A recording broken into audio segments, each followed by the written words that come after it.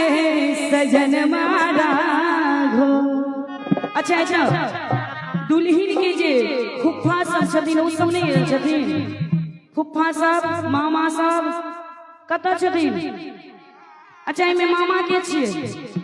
फुफ्फा मौसा एकोटा नहीं छथिन? सबके कोबर में घुसा देलियै। आइयो भैया ई कोबर से निकालबै ना। ई जे एखने से समधिन के चक्कर में बेचारा आब सियान भेल छै घर में, सबके हुनका सबके घर से निकालू आ बाहर में बैसाउ। एते सुंदर जे व्यवस्था छै कहू पाहुन सब अंदर रहे बैसल। कहै छै ई हो पाहुन मारा घो सिया के सजन मारा घो। ए हो पाहुन मारा घो सिया के सजन मारा घो। राजा दशरथ के दुलरुआ पाहुन मारा घो।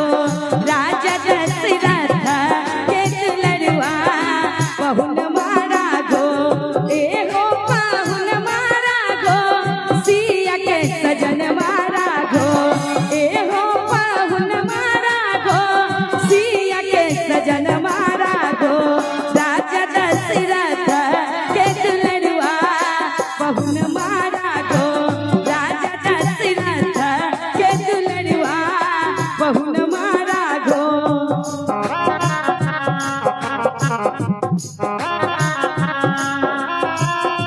रुक जाओ परदेसी आज मोरा गाँव रे। कुएं का ठंडा पानी पीपल का छाँव रे। रुक जाओ परदेसी आज मोरा गाँव रे। कुएं का ठंडा पानी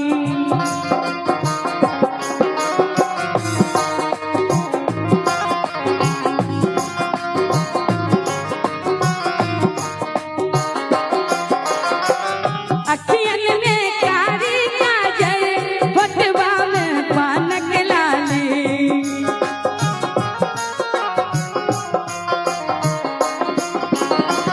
अखियन में कारी काजल होठवा में पानक लाली।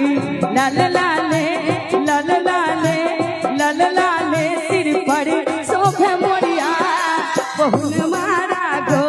लाल लाले सिर पर शोभे मोरिया पाहुन मारा घो। ई त दुल्हन सरकार के जखन आगमन तखुन काले मगर आइ के समाज जे प्यार मोहब्बत वाला होय छै बड़े सुंदर हिंदी एक गीत कहै छै तुझ प्यार कहते कहते मेरी उम्र बीत जाए। तुझ प्यार कहते करते मेरी उम्र बीत जाए।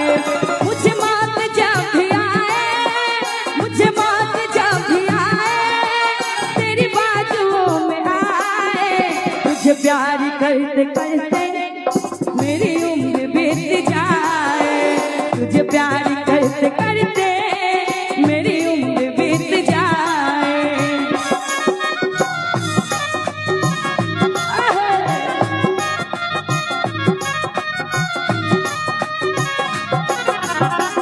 चल चलो परिछन सखी है दुल्हा चुमा बन सखी है।